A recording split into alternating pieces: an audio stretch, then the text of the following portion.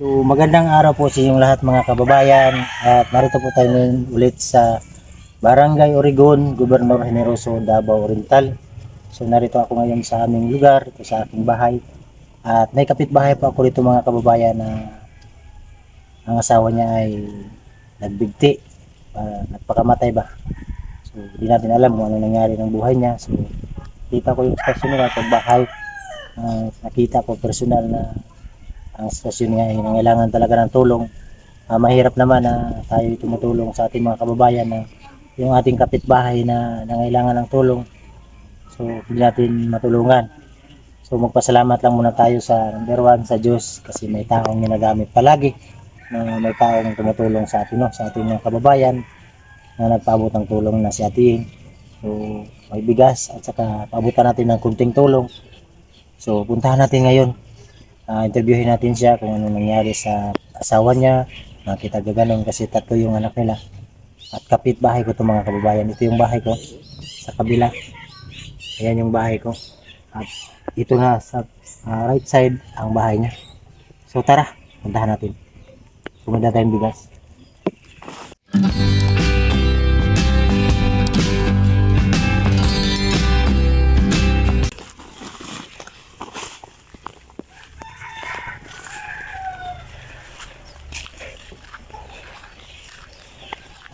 Ayo! Kababayan, kasama ko na ngayon si Maricel. Maricel din, no? So Maricel po yung pangalan nito mga kababayan, yung kapitbahay ko na namatay yung kanyang asawa, no? So Maricel, nalang ko pangutana. Kung sa'yo nitabo sa imong banang anong naghikog siya o ano siya dahilan?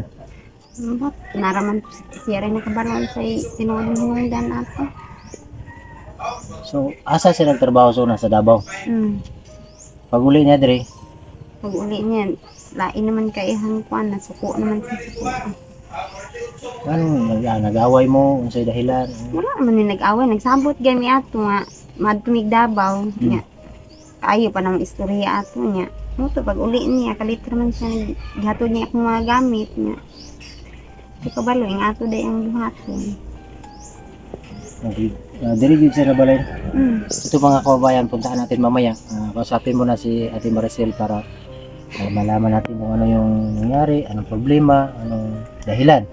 So may tatlo silang anak, yung isa nandoon sa side ng lalaki, dito sa kanya yung dalawa, yung isa nag-aaral ngayon dahil Tuesday. So nag-aaral yung isa. So nangailangan talaga ng tulong. Nakita nyo sa sitwasyon niyang ang bahay niya ay sirang-sira, parang pinagtagpi-tagpi lang na kawayan at saka dyan mga zero. So mamaya puntahan natin yung loob kung saan nagbigti yung asawa niya, no? Kung sa'yo gibuhat niya Sil, yung paghikog niya. Lagi, kuan niya, gihikot niyang tie wire da sa, ay, extension sa babaw. Pirmiro, jacket siguro to, tas naputol man siya. Mo to, extension na yung gipuli o hikot sa iyong liog. So kapila na siya nag-attend niya og hikog? Wala, karon naman ito nita po. So pila na gani kadlaw? Mga Sila na nung, ay, 1 week na. So 1 week na.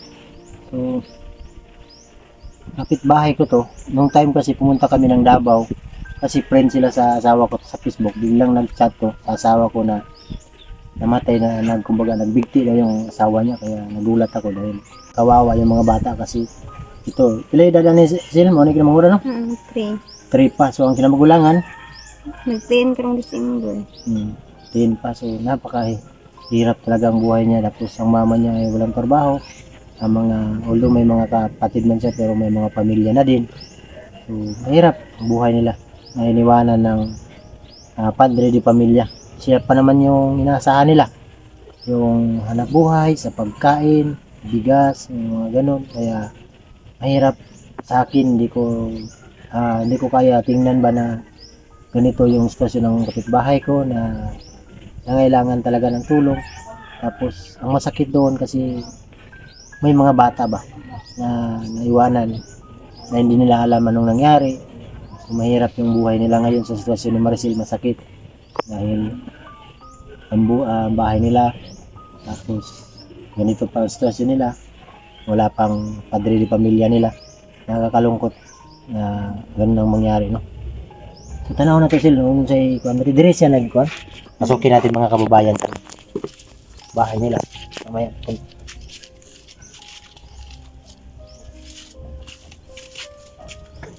okay. Nandito. Parang kinalabutan man ako. Ayan. So nakita nyo may kandila pa yan dyan. Yan sa harap. At dito siya nag lambitin. Diya ba sila? Karang kahoy. O ganing kahoy yan eh. O nag-ikot niya. Guslot na yung mga buong kuan sa loob. Dili man na kuan naman sa tanggal naman yan. Kisunog naman. So dire siya, dire. Gani. Dili siya.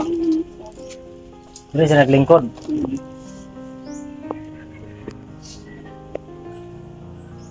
So ito mga kababayan, dito pala nakatali yung lubid. Tapos dito, ayan o, nakita nyo. At nakita nyo cameraman at may mga kandila pa yan dyan. Nandyan siya nakaupo. Sa ngayon ay wala nang matutulog dito kasi si Maricel doon natutulog sa kanyang mama sa kabilang bahay. Problema nila kasi dito butas yung bubong nila. Tapos time umuulan, pumapasok yung ulan. Kaya nabasa sila. So dili na mo nakatulog Maricel. So balik ka Maricel, balik ka sa baba. So, balikan natin mga kababayan. Balik tayo dito para makausap natin si Maricel lang. Ito yung stasyon lang. Ito yung lutuanan nila. Tagpi lang ito na sako. Parang tela lang.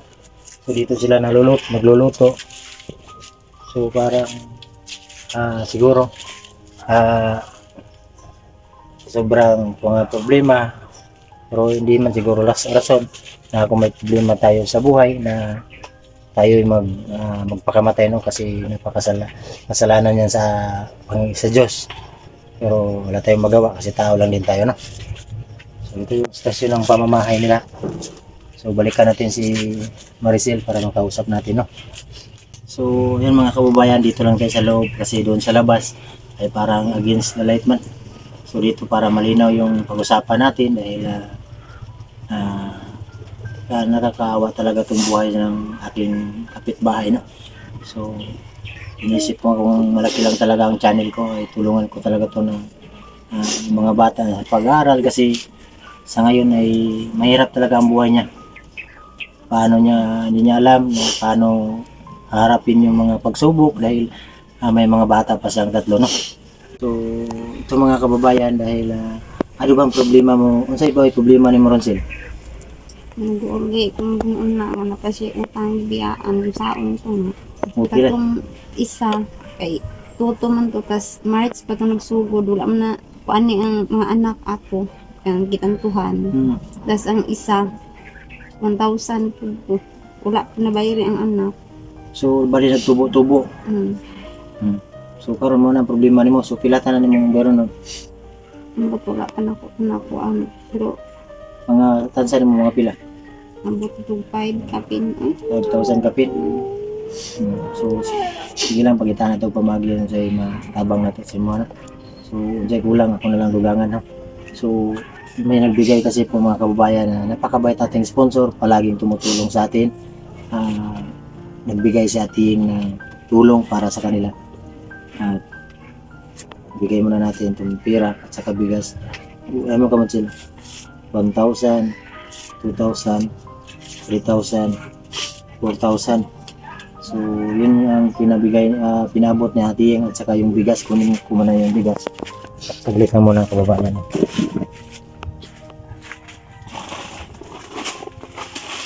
Ito.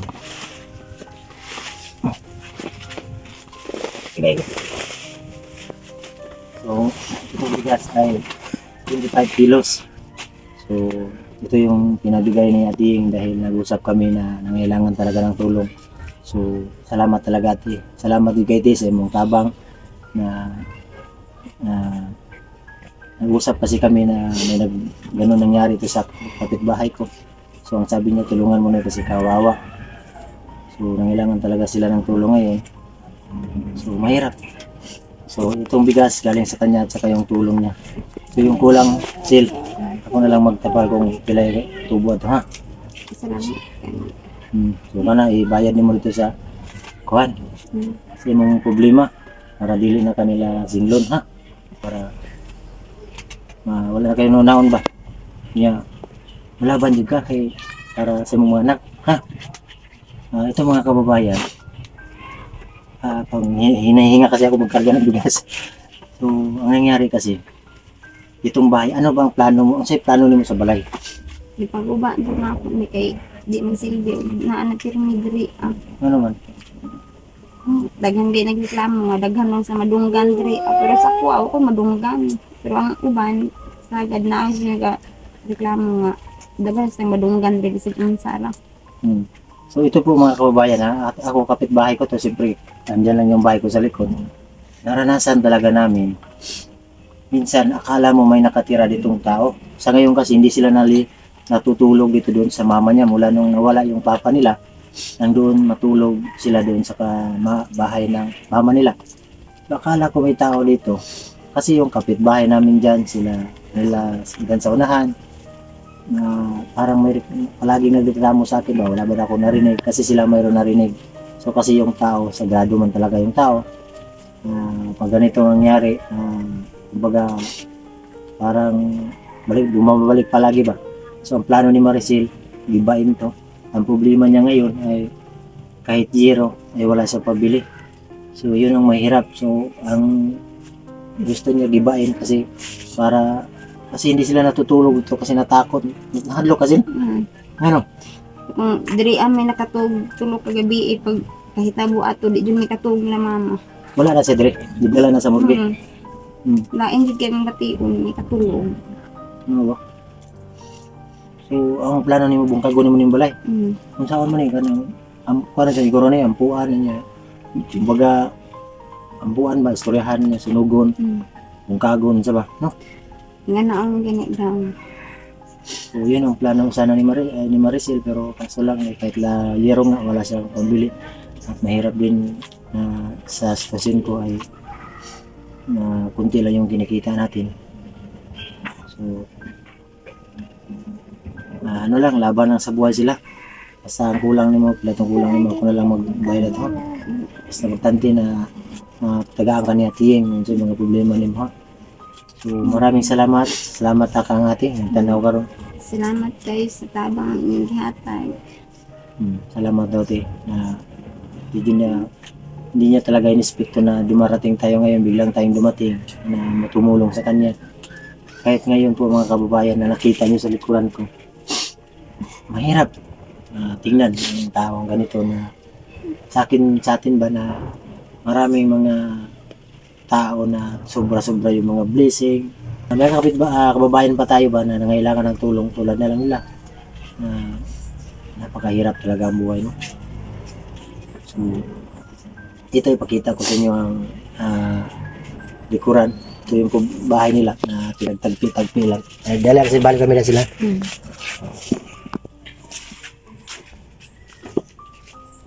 So, ito yung bahay nyo. Ito, kawayan. Pinagtagpi lang ito ng pinakuhaan lang ng kwarto. Kawayan din. So, yung bintana nila. At saka yung bubong nila ay butas, mga butas. Mga kahoy. So, yung bata. Kasi kiningala na ng anak ni mo, Jen? Precious.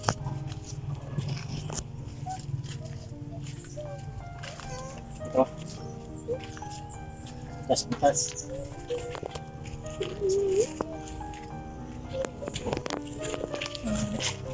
Kasi ang bahay nila. Kaya mahirap naman na hindi ko i-vlog to kasi nangailangan talaga ng tulong. So, kahit pa paano nakatulong tayo ng problema niya, bawasan yung mga problema niya at sa tulong ng ating sponsor na si Ate Ying, no? So kapitbahay ko to mga kababayan at ito yung pakita ko sa inyo na lang yung bahay ko. Ayan, ito yung bahay ko sa kabila at ilang meters lang to. Ayan, ito yung bahay ko, nakita nyo. Ayan, bahay ko yan dyan at marami akong naririnig dito. Yung mga kapitbahayan dyan, yung bahay na yan, dito, ayan dyan. Nagsumbong sila sa akin, wala ba daw akong marinig dito. Talagang mayroon naririnig po ako mga kababayan na parang may nagalit niya, parang mga tinapon yung mga gamit, yung mga ganun ba, yung yero biglang parang may hangin, parang iba talaga. Kaya sabi ko kang Maricel, kung pwede, kung ano yung mahanapan natin ng paraan, ibahin natin tong bahay mo para matawag ito, mabago ba, kahit maliit lang, kahit kubo-kubo lang, at least hindi na gano'n yung forma. Balikan natin doon si Maricel para di,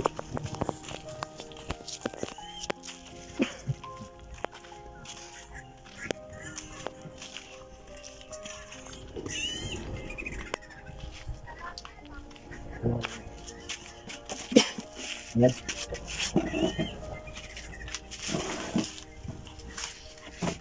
So balik tayo dito ka Maricel po mga kababayan, para nagilak sila kay nga naman yun ang ako nakasabot ko sa imong stasyon, pero masigon saon pa nimo, wala na mo balik, wala na yung mahitabo pang mobalik pa. Ang atuwa karon number 1, magampo ta sa Ginoo, ampo lang salig, kuno na ni muna na pa kay anak, tulo ka buok, unsa na lang, wala ka, dili ka mo laban, yung mga anak magumsa na lang, ang imong mama luoy pug kayo, mo na akong ganyan sa imo isip silingan, yun na nataka na igsoon, mangkamot lang ta, ha? Number 1 yun, magampo ta permiti sa Ginoo na unsay mga pagsulay sa tuwa na laban lang ta, no? So again, maraming salamat po sa inyong lahat, siyempre sa ating na mga sponsor na tumutulong sa akin, maraming salamat sa inyong lahat, kasi kung hindi dahil sa inyo na tumulong sa akin na itulong din natin sa ating mga kababayan, talagang mahirap, pero nandyan kayo. Kaya salamat sa inyong lahat, sa inyong pagtulong sa ating mga kababayan, na mga blessing yung na-share sa ating mga kababayan na nangailangan ng tulong. So inulit ko, sil laban lang sa buhay, ha?